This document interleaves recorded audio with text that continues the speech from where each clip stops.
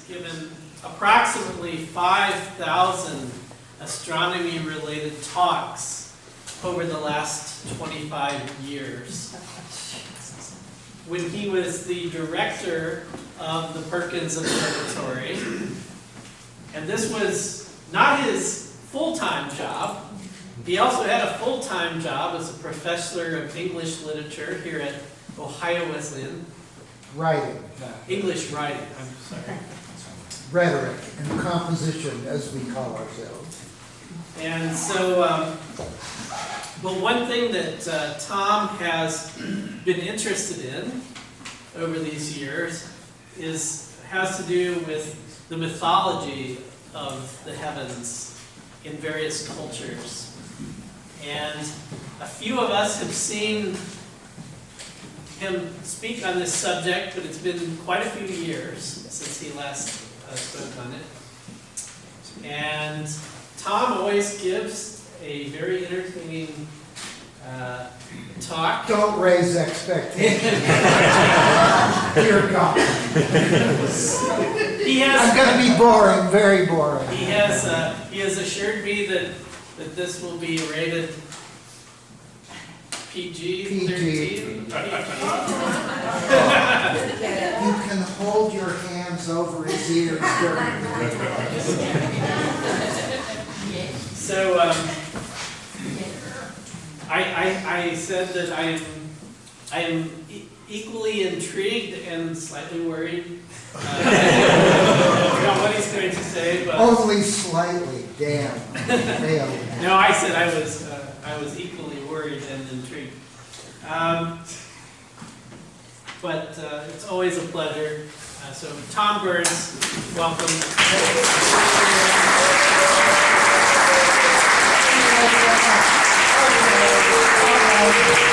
The first thing we're going to do is what people like us love to do best, and that is, of course, turn off all the lights. Well, most of the lights. Because the simple fact is, folks, you can't see the universe with the lights on.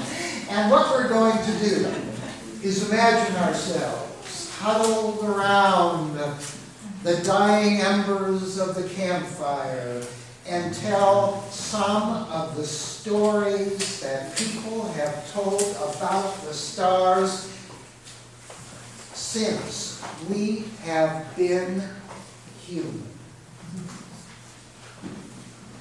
Why do that? Well, I don't know. I mean, I have to confess that there have been times where my editors from various newspapers have said, you know, are you going to write about science this week? And my answer is, as I think we'll see, I hope you'll see by the end of the talk, that the science is important. Knowing the spectral characteristics of BE stars is critical for your enjoyment of the nighttime sky. But looking at the stars is kind of like looking in a mirror. We see not only ourselves a little bit better, but also the world reflected behind us in ways we cannot see anywhere else. And when we look at these old stories, we see ourselves in the process of becoming human. And that's why I like to tell you those stories. Also, some of them are violence. Some of them are, well, sexual in other words. They reflect our deepest human concerns, not just on the intellectual, but on the physical level. And I think that's why I pay to occasionally actually take a look at them. We're going to start and end with the morning sky, because in the morning sky, as you know, there is a beautiful lineup of planets, but also rising in the morning sky right now is the summer Milky Way, and flying across that great river of light is the beautiful swan that we call Cygnus. Cygnus is actually Cygnus from the ancient Greek, and I think you may be surprised at what that beautiful swan really represents. The classic story is, of course, Leda and the Swan, and it involves King Tiresias of Sparta, who was, you know, the Spartans, always going off to war and coming back. And it just so happens that the king of all the gods, Zeus to the Greeks and Jupiter to the Romans, like to take advantage of that fact. This will not be the only story I will tell you where some king is away and Zeus takes advantage of that fact. He almost always seemed to appear not as himself, but as some animal. And in this case, he appeared to Queen Leda as a beautiful swan. And of course, if you'll excuse the expression, had his way with her.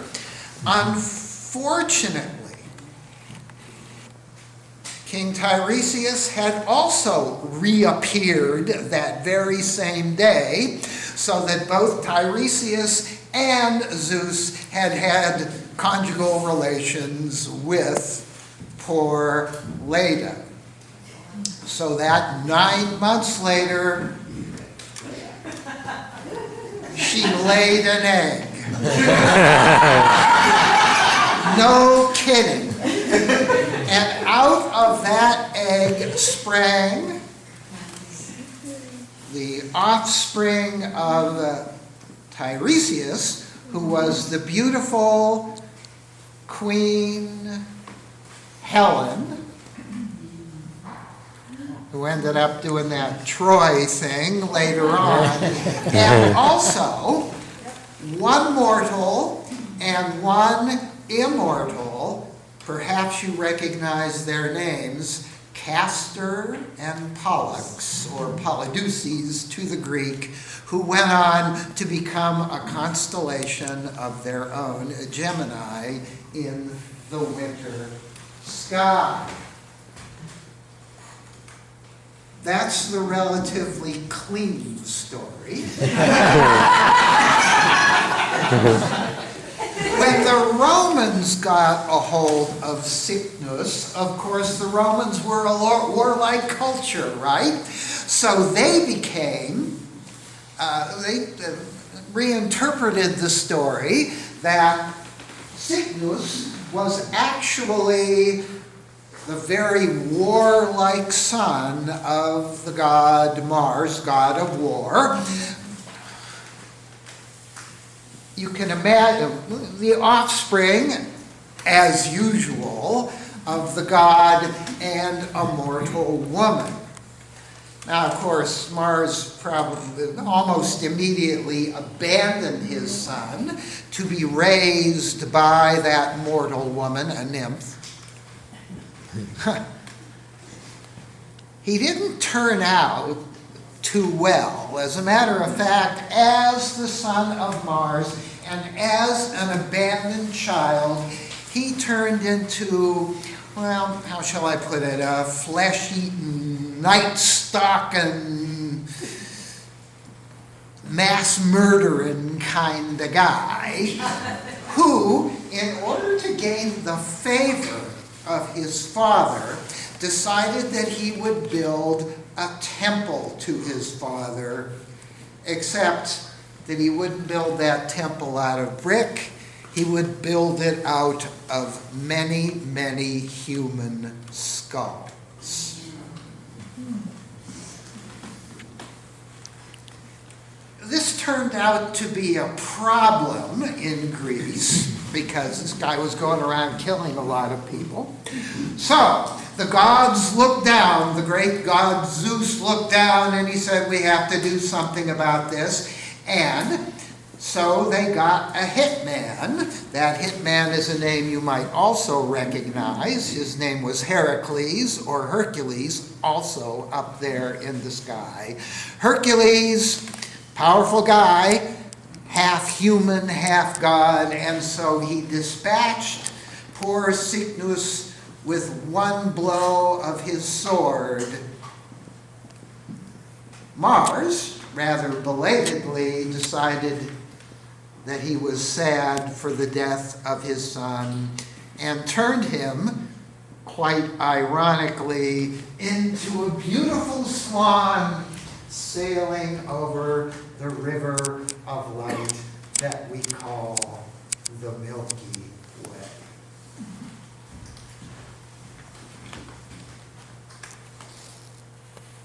It gives a whole new feeling about that swan, doesn't it? Okay, so now I told some violent stories. The thing about the sky is that it also reflects some kind of beautiful things about the sky as well, some spiritual things. And I don't think any object in the sky represents that better than the moon. Here it is full. People look at the moon. It's often identified in cultures around the world with the god of, and there always is a god or goddess of the hunt. Of course, to the Romans, it was the goddess Diana. And people see animals in the moon that represent that. To the Cheyenne people, it's a wolf, for instance. I never could see the man in the moon. But what you find, if you look at culture after culture, is people often see a rabbit in the moon. You see the rabbit?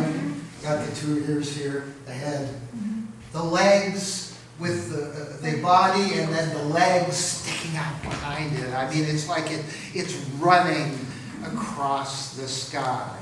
Now, there are a lot of stories about that rabbit. One of my favorites has to do with something that you find in culture after culture around the world.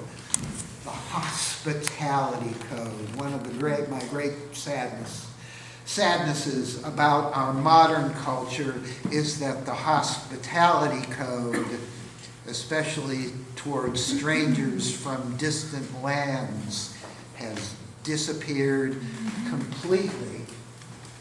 In the story of the hospitality code, you have the great god Shakira, who is wandering the earth, seeing what's going on there, in the form of a fox. And the fox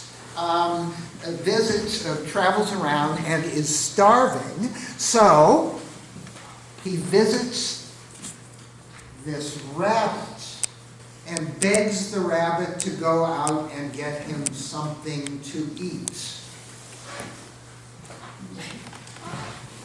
Rabbits aren't very good at gathering the kind of food that foxes like to eat. The rabbit tries its best, it comes back empty-handed, and because the hospitality code is so crucial in that culture as it is in every culture, throws itself on the fire to provide food for the fox, at which point the fox transforms itself to the great god Shakira and rewards the rabbits by putting it into the sky for all to see in honor of its willingness to sacrifice even its own life to fulfill the need of that stranger that had wandered in its midst. But the I said that was my favorite story. I lied. My favorite story is one I like to tell this time of year because it has to do with an upcoming holiday. It involves a goddess named Ostara, Germanic, Celtic goddess, whom the ancient Romans, as they moved into England, transformed into the goddess Eostra, the goddess Ostara, goddess of the east, goddess of the rising sun, goddess of the springtime, whose powers were greatest in the spring. And when her powers were the greatest, she would gather all of the children around her and perform feats of magic to their delight. And one day, near the first day of spring, she stuck out her finger to turn one of those children temporarily into a frog. And on her finger landed a beautiful songbird that began to sing a song so sweet, so beautiful, that the rocks and stones themselves began to weep at the beauty of the song. Of course, this delighted the children. It delighted them even more when she waved her hand above the bird and thump, it fell to the ground as a rabbit. It's the old conjuring trick. She didn't have a hat. She didn't need one. This delighted the children, of course, until they looked into the eyes of the rabbit and saw the two stone-cold tears running down its cheek. Why is the rabbit crying? Because the rabbit had been a bird that could sing a sweet celestial song, that could fly high above the clouds, safe from all harm. Now, it was a bunny, earthbound, in danger, because as you know, there are a lot of animals in the forest that like to have bunny for breakfast. And so the children begged Eostra to change it back, but this she could not do, except on that day when her powers were at its greatest, on the first day of spring. And on that one day, Bunny became bird again. Now, tell me something. If you were a bird, especially, hint, hint, a female bird, and you only had one day to do bird stuff, what is it that you would do? Fly high above the clouds? I don't think so. I think that you would lay your eggs, and a lot of them too, so that on that day, the bird laid its eggs, because on the next day, bird became bunny again. And in gratitude to those little children who had begged Eostra to change the bunny back into a bird, that bunny delivered its eggs to all of the children of the world, because the goddess Eostra is the goddess Easter.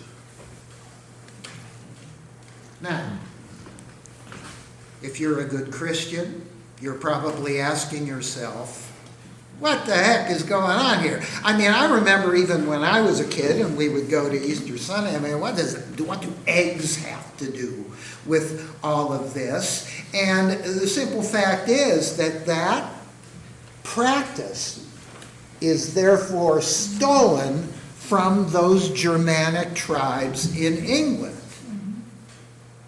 Pagan. And the answer is, of course, if you look at the history of Christianity, the early Christians were excellent propagandists. They really knew that when they moved into a new territory, it was smart to grab some of the old practices of the old religion, the harmless ones. If you don't believe me that's true, ask yourself this, Christians. Why do you go outside and grab yourself, chop down a tree and bring it inside around Christmas? Well, the answer is that the Germans believed that in the tree inhabited a tree spirit, an ant. And when you brought the tree into the house, you brought that good luck, that spirit, into the house. And by the way, it's the same reason that you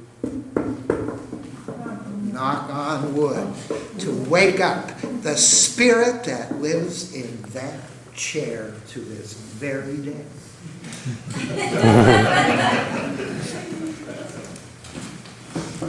Turn on the heat.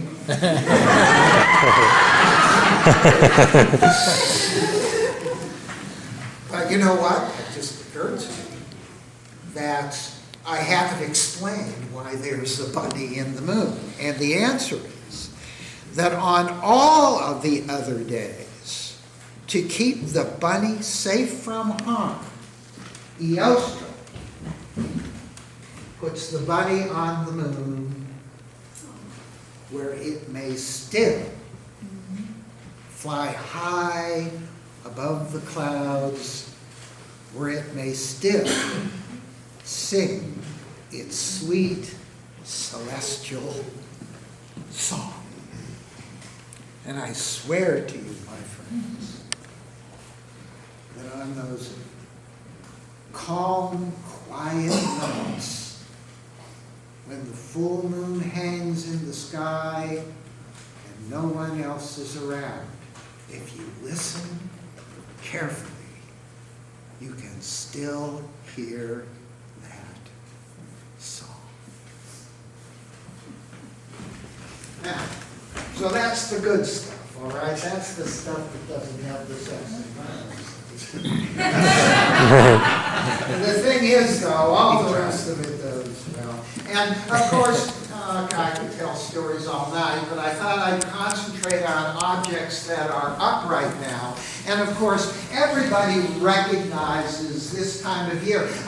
Something that I always thought was strange is that in the early evening, at least, this is the best time in the early spring to see that great array of winter objects that is sometimes called the Orion tableau.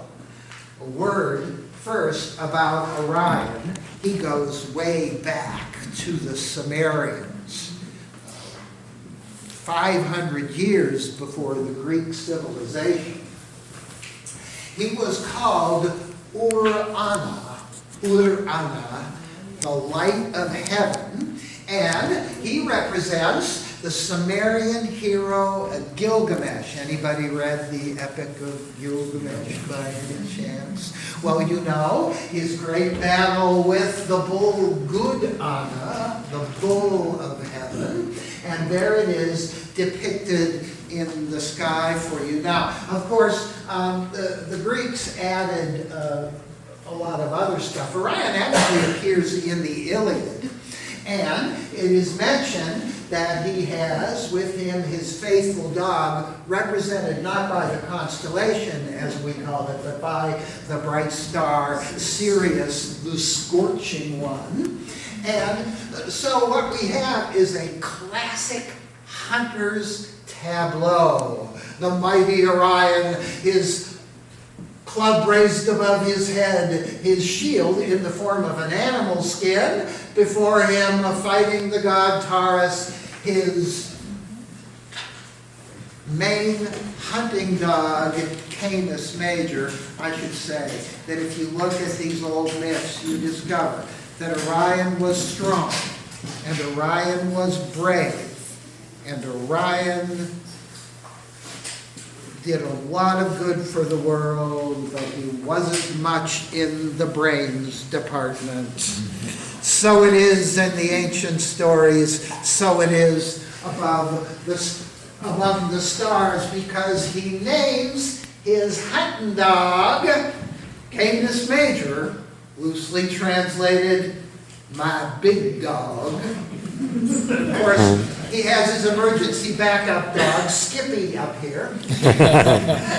Canis Minor, my little dog, my emergency backup dog. Yes, okay. Now, I have to say, I understand all that, and that makes sense. But why in heaven's name is Orion standing on a bunny rabbit? Bunny rabbits are a theme throughout this, and we're going to get to the bunny rabbit. But first of all, I want to say a little bit about Orion, because Orion represents the kind of weird qualities of these stories. Orion's birth is particularly strange. There are really two versions of it. One of them is the god Poseidon, who the Romans called Neptune, god of the sea, who had, guess what, illicit relationships with a mortal woman and gave birth to the god Orion. Now, the important thing about that story is that Poseidon did dote somewhat on the child, which is unusual, and in fact gave him a great power. And no, it wasn't his power as a hunter, it was his power to walk on water. We'll get back to that later. But the second story, which I'm just dying to tell because it's so weird, is the story of Orion's birth, having to do with a trip to Earth taken by the great god Zeus / Jupiter, Poseidon, Neptune, and Hermes, Mercury. And they, again, were walking around the earth, judging people. They came to a village, and they visited the houses, the huts, every one of them at that village, asking for sustenance, food and drink. And they were turned down at every place until they got to the poorest of those dwellings, where lived an old, starving man named Hyrieus. And Hyrieus, of course, believed in the hospitality code, and he gave to them a bit of what he had. He split up what little food he had, not enough even to feed himself, to feed the three that had come and visited him. And they were so impressed by his strict adherence to that sense of hospitality that they revealed themselves as immortal gods. You can imagine the scene. Whoppa! There they were, shining light all over him. And they said that they would give him his deepest heart's desire. And he asked, he had always wanted a son. This was difficult to arrange, given his the fact that he was in his old age. But Zeus at last had an idea. They went out back and they found a rotten old goat skin.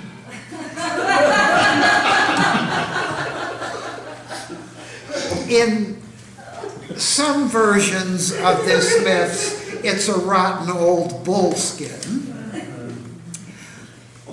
What a bunch of bullskin you're saying yourself. In mixed company, but I'm just going to go ahead and say the word tinkle. They wee-weed into the goat skin, instructed Hyrieus to bury it, and a few moments later, out of the ground sprang the mighty hunter Orion.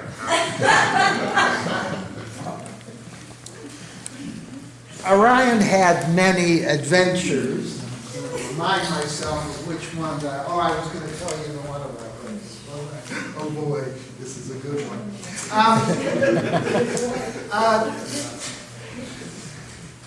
And it explains why Orion is standing on a bunny. Okay, so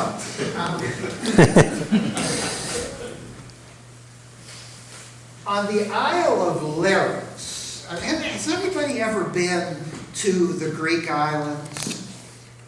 Oh, my friends,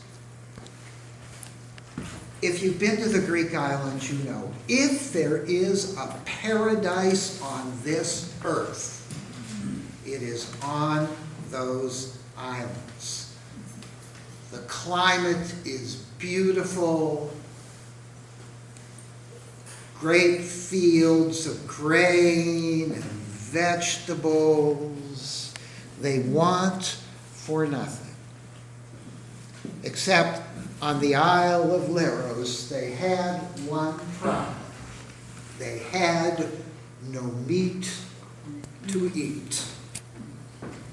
The concept of meat was foreign to them until one fine day, one of their inhabitants brought, because of that problem, a pair of bunnies, male and female, figuring what he knew about the procreative characteristics of bunnies, that they would have a lot of bunnies in no time, which they did. What he didn't count on was that, unfortunately, these people didn't have a lot of experience hunting. And they were having a hard time actually catching the bunnies. So in practically no time at all, those of you who have ever owned bunnies will know that this is true. They had a lot of bunnies. There were bunnies in the basement and bunnies in the garage. Bunnies all over the place, but mostly there were bunnies in their great fields of corn and wheat and vegetables. And amidst all that abundance of bunnies, they were starving to death. So they made a call to all of the great heroes of the world. Powerful Bellerophon and his winged horse Pegasus, the great Theseus, who had slain the Minotaur, the great Hercules, who had performed those 12 labors and killed the monster Cycnus. But none of them were brave enough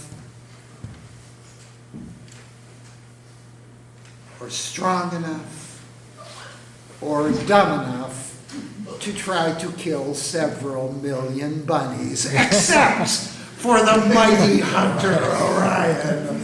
And so he came, and it took him a while. This involved a lot of climbing under things, etc., but he finally either captured or killed every one of those bunnies, and the Lerosians were saved. Orion lived a long life. I'll get to one more of his heroic acts in just a minute. But when the time came finally for him to die, the gods looked down and recognized all the good that he had done and decided to turn him into stars and put him in the sky as you see him here. And as all of that happened, a single child was outside that night looking at the stars, and as those stars rose and formed the great hunter, she recognized him for who he was, and she made this silent prayer. It is right, it is meet, it is just, O great God Zeus, that you have put our Savior in the sky.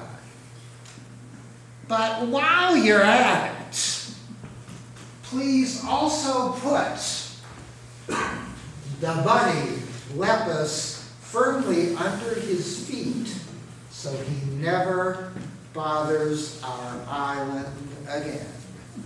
And her wish was fulfilled, and that's why Orion's stepping on a bunny. Thank you very much. All right. Okay, now, of course, Orion had all of the characteristics of the hero, which is that he really did want to do a lot of good. As a matter of fact, as we'll just see, I mean, his main job seemed to be pest control. He was the organ man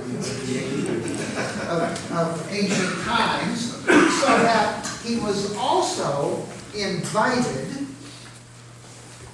to visit, I want to get a name here, I can't remember the name. He was also invited to visit the Isle of, oh, here we go, the Isle of Chios, where lived the king Onipion. Chios had a problem with monsters, basically, person-eating animals that were ravaging the countryside. And so they invited Orion to visit that island and slay these beasts, which he did. He was quite a hunter, which he did in short order. The trouble was that the king Onipion had offered his own daughter Merope to him as a wife, and immediately saw that Orion was not exactly marriageable material. He was a brute. So Onipion kept putting off the wedding and putting off the wedding until finally Orion got fed up and not only began to chase her around the table, Merope, but also her 6 sisters as well. This would not do. Orion basically got drunk. This was one of his problems. He had a drinking problem, I'm sorry. And he was going to,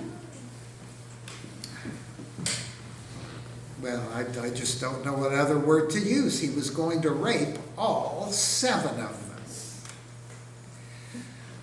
Luckily, he fell into a dead, drunken stupor. And Onipion took the opportunity to gouge out his eyes. I warned you.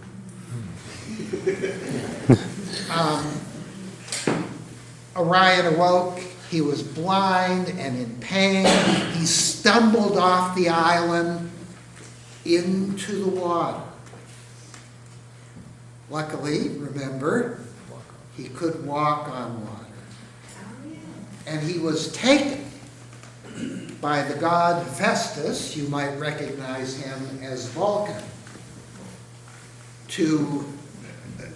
as a guide, and they walked toward the rising sun.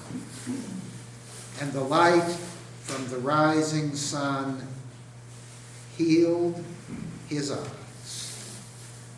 Now, Orion lived a very long life and had many adventures, and eventually he was put in the sky. One story goes that in order to save the daughters, Zeus looked down and changed them into a flock of birds. They flew up and became the stars of the Pleiades, or seven sisters.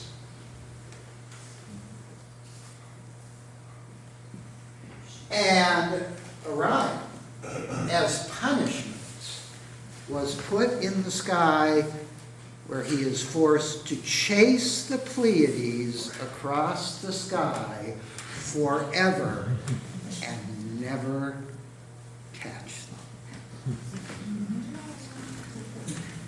Which brings us to the Pleiades. Now I have to say, the Pleiades are probably responsible for the fact that I made it through college. Because, of course, the take on the seven sisters is that, to the unaided eye, there are only 6 of them. And I managed to milk this for 3 papers in a Roman mythology class, in an astronomy class, and in a class on the Greek and Roman poets, where I first read some of these great works. By the way, if you want to read these stories in their most beautiful, you'll find them in the works of the Roman poet Ovid in his Fasti and Metamorphoses. And I studied this, and I was going to answer the question, why are 6 stars called the Seven Sisters? I read all of those Roman poets in translation, and I came up with what I considered to be the definitive answer to that question. A drum roll, please. I have no idea. Not a clue. Because you read these poets, and they, in the end, many of them say, gee, I wonder why those ancient people long ago called 6 stars the Seven Sisters. And the upshot of that is that when you look at that beautiful collection of stars, you are probably looking at the oldest named part of the sky, even older, perhaps, than the mighty hunter Ur-Ana Orion. By the way, I forgot to mention, his father named him Urian, for obvious reasons,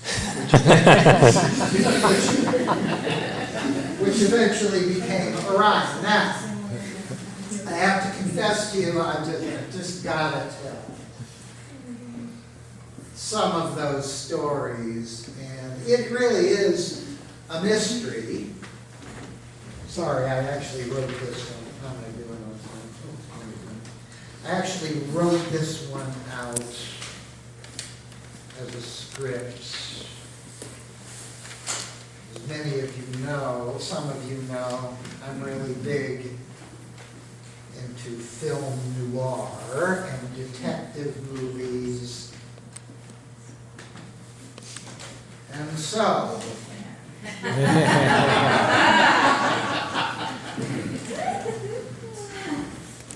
there are 300 billion stories in the naked galaxy.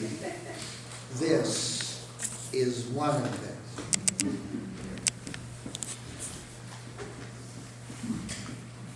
This is the galaxy, the place where the stars and gods hang out, the place I call home. I'm Detective Joe, Friday night programs at Perkins Observatory. You call me Mr. Friday Night Programs at Perkins Observatory. Of those 300 billion stories, this is the one I like to call the case of the missing Pleiad. It's a tale of rape and seduction, of 7 women dragged into the sordid winter nightlife by rich and powerful dudes looking for a good time. The Pleiades are party girls, no doubt about it. They are the brightest stars in a cluster that comes out on those long winter nights when the rest of us stay close to home. They hang out at an after-hours dive called Taurus the Bull, a constellation high in the southern sky right now. It wasn't hard to find. My informant told me to go south on Orion Boulevard and look for the giant statue of the hunter. Then I hung a right and looked for the big fluorescent sign in front of the joint, a tipped-over V, the head of Taurus. Then I went up the stairs to the right to a small dipper-shaped cluster of 6 stars. There they were. It was a classy joint and a classy neighborhood. The ancients called them the 7 sisters, but only 6 are apparent to the naked eye. Binoculars easily show 7 bright stars and dozens of fainter ones, so one of them took it on the lam. I was hired to find out why. My snitches, the ancient Greek and Roman poets knew their names, but that was a long time ago. Today, nobody knows which star has which name, and the Pleiades aren't saying, so modern astrocoppers have assigned them names and numbers. On the left is Atlas, the star marked 27 on most mugshots. He's the big daddy of this brood, the old man to all the Pleiades. I approached him first, and he spilled his guts after I brought him a couple of shots of nectar, which is what the gods drink. Here's what he said. Listen, buddy, I was one of the top dogs in Olympus, a member of the Titan gang, when this heavy dude called Zeus started muscling in on our territory. Anyway, I got kicked out of Olympus, and Zeus made me hold up the earth forever. Before I got muscled out, I was married to Pleione, the nymph over there, and we had 7 beautiful daughters. He pointed to the stool next to him, the star just above him in the sky. In her time, she must have been quite a looker, as all the nymphs were. But lately, she's looking down in the dumps. After 4 or 5 double nectars, she told me she used to be a lot brighter. She lived life in the fast lane, spinning around 100 times as fast as our sun. That caused heavy turbulence in her atmosphere. As a result, she periodically spits out a bright shell of hydrogen gas. So you're the lost Pleiad, I asked?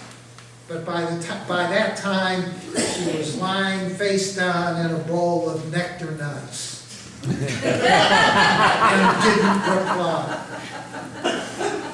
I next observed Asterope, the faint double star marked as 21 on most star mode shots. I told her I thought she might be the missing Pleiad because she was so faint that I had used binoculars to see her. Listen, bub, she said, if I'm so faint now, what makes you think those ancient Greeks could see me?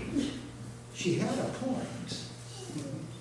So I turned to her sister Maya, number 20, and Taygeta, number 19, who were sitting next to each other. We were seduced by Zeus, the main man up on Mount Olympus, Mala told me. So was Electra over there, she said, pointing to the star at the bottom right of the Dipper. I gave birth to Hermes, god of the hunt. Taygeta here had Lacedaemon. He founded the ancient city of Sparta.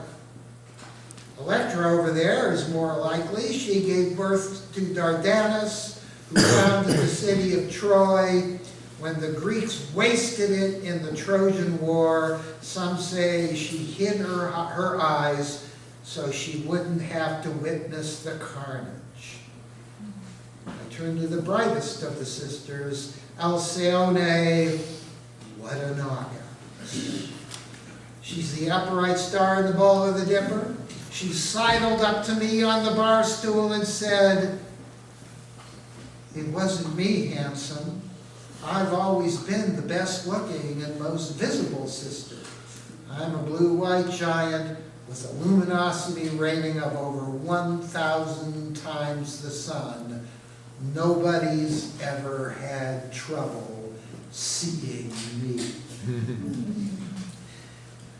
She said that she and her sister Solano, number 16 on the mugshot, had been ravaged, loosely expressed, ravaged by Poseidon, the god of the sea. I heard Solano got struck by a bolt of lightning from Zeus, and that's why she's so faint. Alcyone seductively. I looked at Solano. She was just at the limit of naked eye visibility and was a prime suspect. Next, I checked out Merope at the bottom left of the Dipper. She denied being the lost Pleiad. That's not what I heard, I said. One of my snitches, a Greek poet named Eratosthenes, told me that all your sisters hung out with the gods.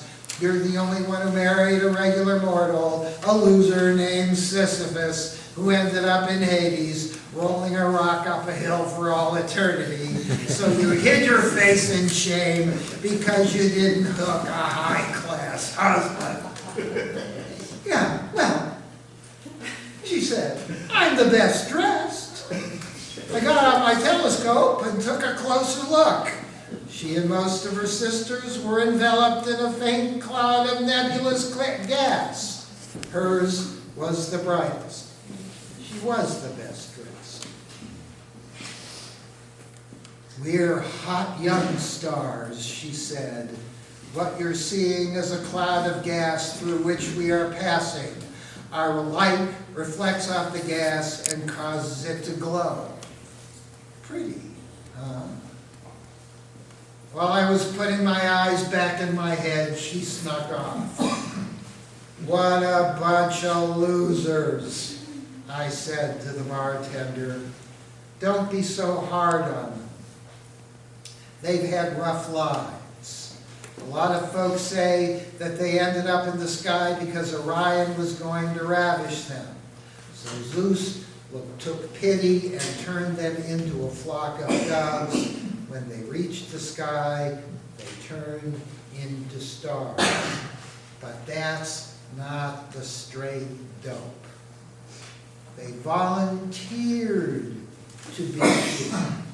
When they heard their father Atlas had to carry the whole world on his shoulders, they offered to be put up in the sky so that he would have that much less weight to carry.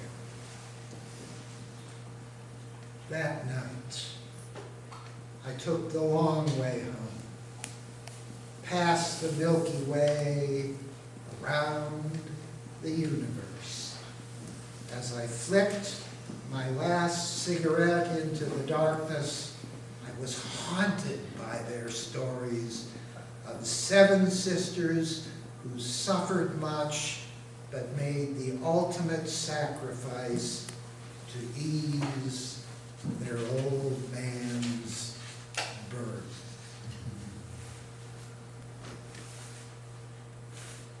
I better get on with it. I'm going to tell you a bunch of stories about Ursa Major. If there is a constellation in the sky that has the most number of stories attached to it around the world, then it is the story of Ursa Major. Now, I'm sure you have all heard